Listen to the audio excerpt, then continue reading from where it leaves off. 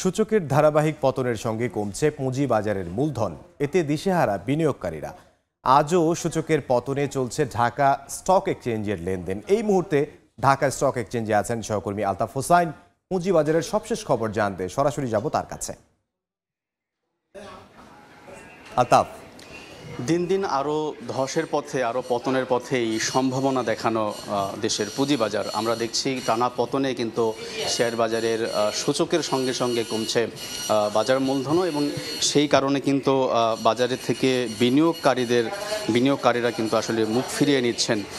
আমরা জানি যে গত কয়েক কার্যদিবসে আসলে পতনের মধ্য দিয়ে চলেছে শেয়ার বাজার। আজকের বাজারের দরের আপডেটটা যদি আপনাদেরকে একটু জানাই, আজকে এই মুহূর্তে আমরা দেখছি প্রধান যে সূচকটি সেটি 14 পয়েন্ট বেড়ে এই মুহূর্তে অবস্থান করছে 5,583 পয়েন্টে।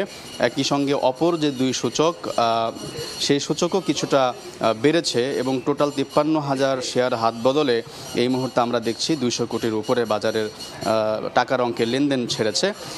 আজকে যে সকল কোম্পানির শেয়ারের দর বেড়েছে সেই সংখ্যাটি আমরা দেখছি 145টি কোম্পানির শেয়ারের দর বেড়েছে, একই সঙ্গে কমেছে 171টি, অর্থাৎ অধিকাংশ কোম্পানি আজকে লেনদেন করা অধিকাংশ কোম্পানির শেয়ারের দর কিন্তু কমেছে বলে আমরা দেখতে পাচ্ছি।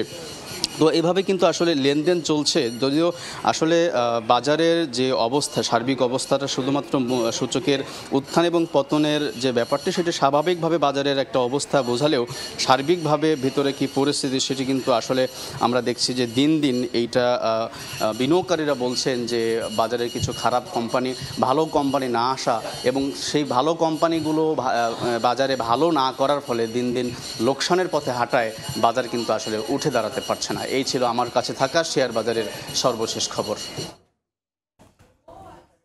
আলতাফ হোসাইন ঢাকা স্টক এক্সচেঞ্জ থেকে যোগ দিয়েছিলেন।